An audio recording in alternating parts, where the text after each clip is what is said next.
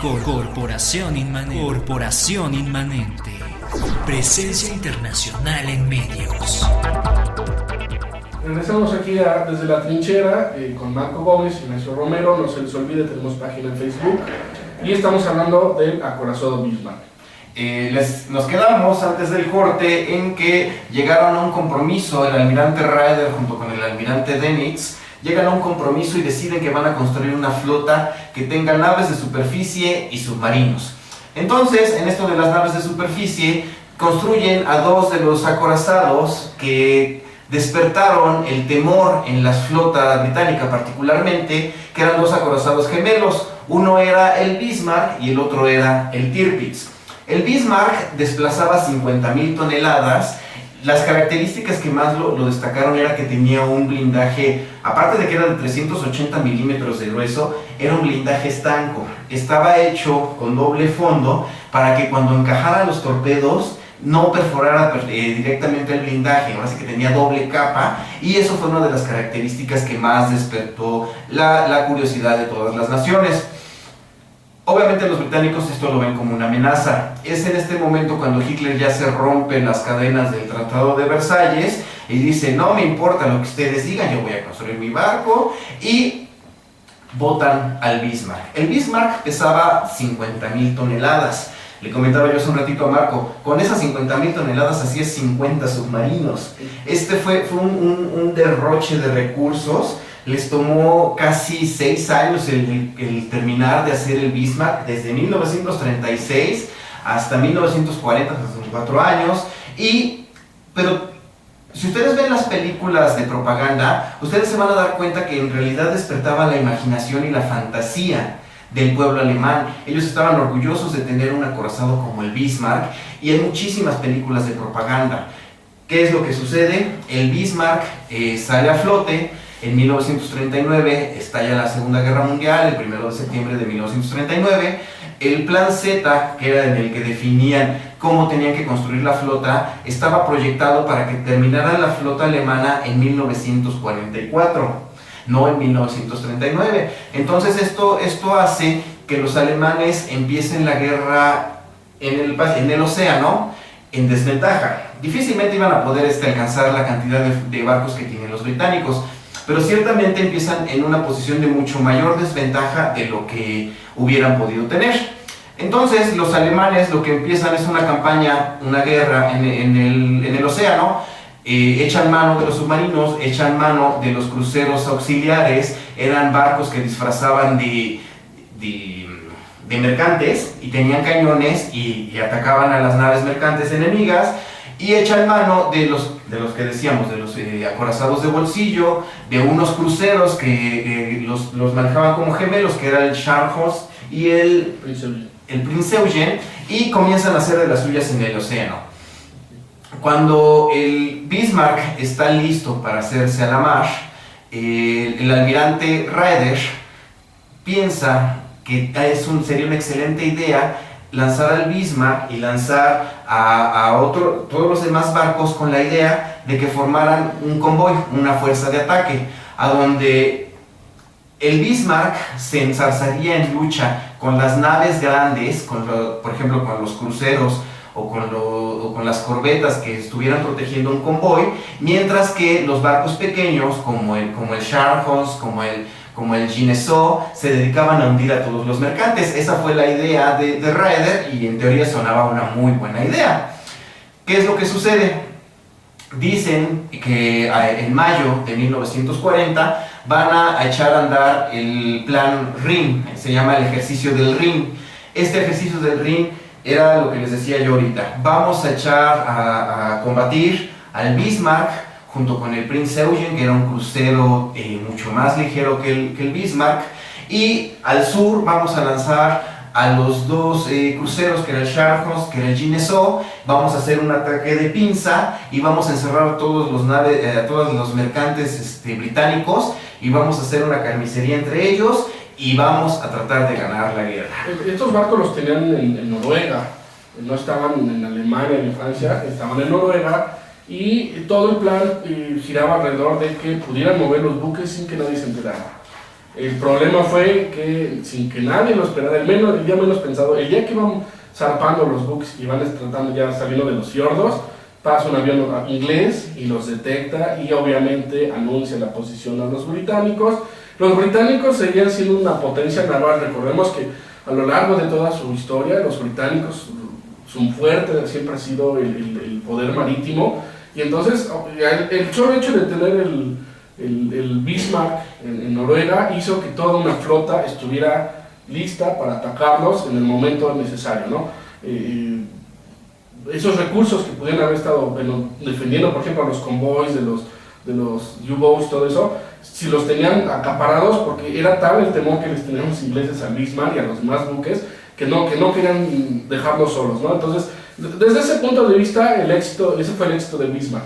Pudo desviar recursos necesarios en otro lado, y nada más los tenían ahí porque realmente mientras estuvo anclado el barco, los otros también estaban nada más esperando a reaccionar. Y entonces empieza la operación Rin, y junto al Bismarck y el Prince Eugen, la idea era que fueran al Atlántico y empezaron a atacar a los convoyes, pero son avistados por un avión británico. Cuando la operación del Rin comienza, hay un pequeño inconveniente. Son atacados y son bombardeados la segunda parte de la pinza que les decíamos, de los dos cruceros, del Scharnhorst y del Guineazú. Estas naves son atacadas, son dañadas, no se hunden, pero sí son dañadas, y se tienen que quedar en los puertos franceses. Entonces Raeder se queda en un dilema: esperar a que reparen las naves y lanzar el ataque en escala total, o esperarse, dejar pasar meses completos y perder la oportunidad de seguir atacando. Raeder decide enviar al mar al Bismarck junto con el Prince Eugen, y como eran dos naves capitales, lo que decide es que manda junto con ellas a un almirante que ya había tenido mucho éxito mandando a los dos cruceros, que era el almirante Lutyens. Este hombre se dice que cuando él ya va a salir a la mar, cuando va a comenzar la operación y el ejercicio del Rin, él tenía como la premonición, como que tenía el miedo de que iba a perecer en esta misión. Y este miedo, este pesimismo lo transmitió a toda su tripulación. O sea, todos se dieron cuenta de que él no esperaba salir de esta con vida. Comienza la operación del Rin, como nos decía perfectamente Marco, allá en Dinamarca. Cuando va pasando por Dinamarca, los ven los daneses y de inmediato pasan el mensaje a los británicos. Cuando el Bismarck llega a Noruega, reposta combustible el Prince Eugen, pero el Bismarck no. Los historiadores se preguntan por qué fue que no repostaron combustible, porque esto jugó un papel muy importante en las etapas posteriores de la batalla. Entonces no reposta combustible y vuelven a salir a la mar. Los británicos ya estaban alertas porque el Bismarck ya sabían que iba a salir a flote, y tratan de cerrar su paso por tres partes diferentes. En una de estas partes tenían a un crucero que era muy famoso, que era el Hood. Esta nave, que se llamaba Hood, era muy importante para los británicos porque fue su nave insignia durante todo lo que fue la década de los 20 y de los 30. Así como el mismo papel que juega el Cuauhtémoc mexicano, que cuando sale a la mar y visita todos los puertos en buena voluntad, así era el Hood. Era el que estaba anclado y permitía que todas las familias subieran, se tomaran fotografías. Era una nave que cuando enarbolaba la bandera de su majestad cuando ellos salían a la mar. Entonces era una nave que estaba muy identificada con Gran Bretaña, con el gobierno de su majestad. ¿Qué es lo que sucede? El Bismarck y el Hood se encuentran. Esto ocurrió en la madrugada. El Hood y el príncipe de Gales se encontraron a una cierta distancia, y el Hood se aproximó y empezó a disparar. Tenía unos cañones bastante pequeños, no le hizo gran cosa y además aquí hay un detalle. Normalmente iba el Bismarck al frente y el príncipe bien atrás, pero en la noche habían hecho la maniobra y se habían puesto al revés, y entonces lo que no habían notado los británicos. Entonces cuando los británicos atacan, piensan que están atacando al barco más pequeño, que era el Prince Eugen. Yo creo que la idea de los británicos en ese momento fue atacar al más pequeño, deshabilitarlo y después concentrarlo al más grande. pero no se había fijado que en realidad no era más pequeño, sino que era el Bismarck. Entonces el Bismarck, en el momento en que le empiezan a disparar, pues mueve sus cañones y les da una paliza a los dos. El único problema es que dentro de lo que logra el Bismarck, que al Hood le logra encajar un misil que entra en el polvorín y lo destruye. Se hunde en cuestión de minutos y el buque insignia, el orgullo de la Marina Británica, se hunde como si fuera un pedazo de plomo, ¿no? Y aquí lo curioso es que el Bismarck dispara sus cañones, pero los radares que tenía, los radares que usaban para el disparo y para el apuntaje, se zafan y se echan a perder. No estaban recién puestos, era tecnología relativamente nueva, no estaban bien afianzados y con las vibraciones de los disparos de 380 milímetros se zafan y ya no sirven para nada. Entonces eso significa que el Bismarck pierde gran parte de su posibilidad de disparo. Y de su visibilidad. Cuando se hunde el Hood era un crucero que había hecho, era una forma muy curiosa y hasta cierto punto muy tonta de hacerlo.